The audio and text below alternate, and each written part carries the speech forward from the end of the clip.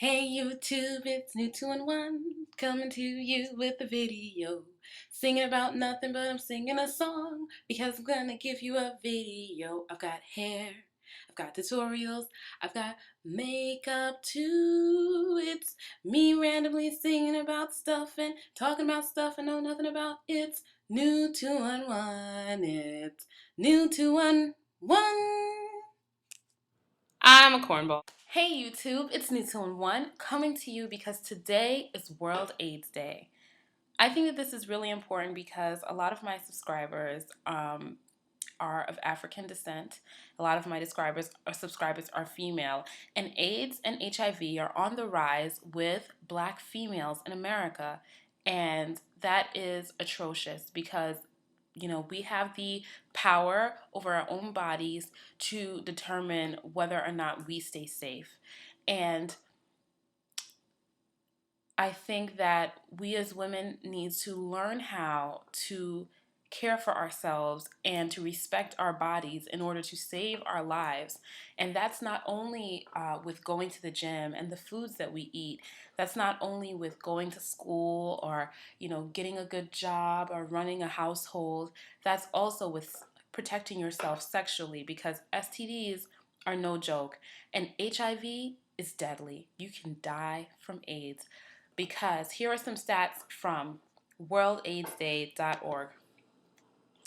This is the basics on HIV. HIV is a virus that attacks the body's immune system.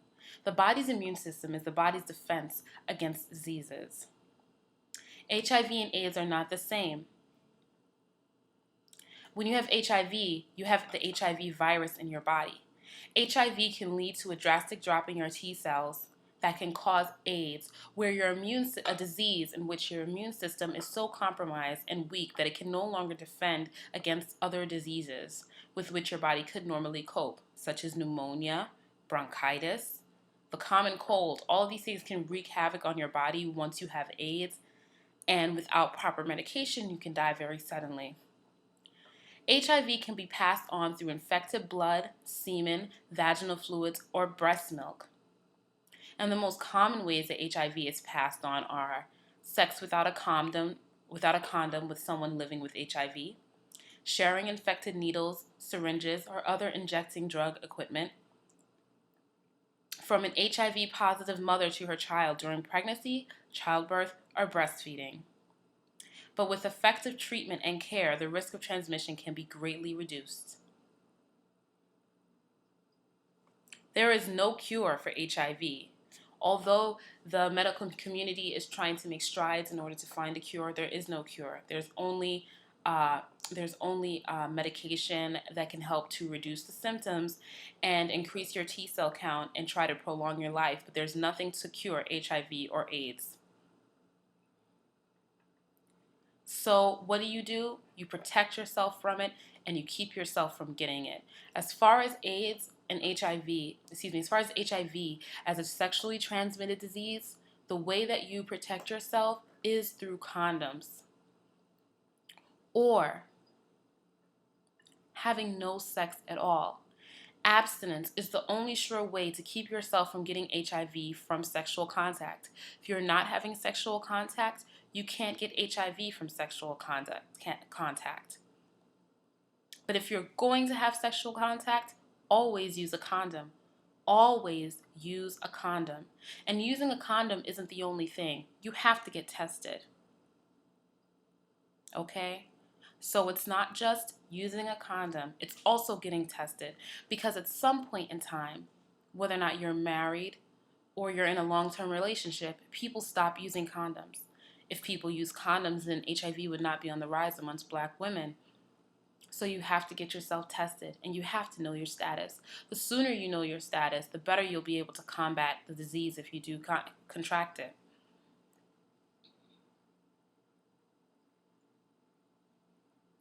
You can get free condoms from a sexual health clinic. There will be a sexual health clinic within your area. Look it up on the internet. The same way you can sit here on YouTube looking at me is the same way that you can look up where your nearest health clinic is and get free condoms. You don't have to even pay for them. There's also the FPA website, which will give you a listing of all the free clinics that you can get condoms for.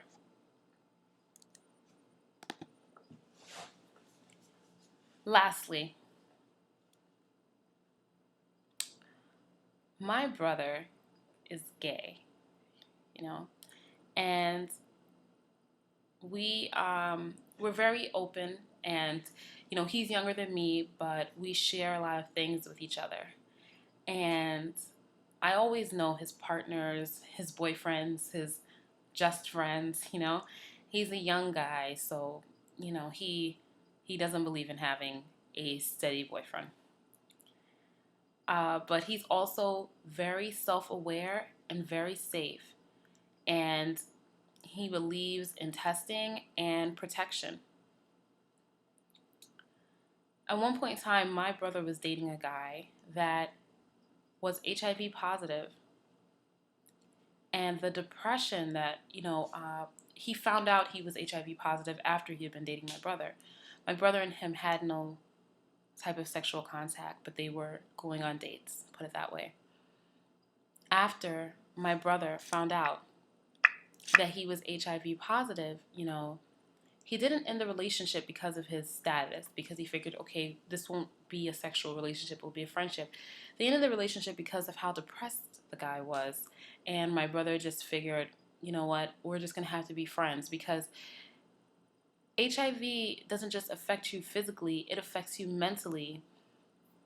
He felt like he had a big secret with him all the time. He felt like no one could understand him or know him or love him. And eventually he became angry with himself and angry with the world.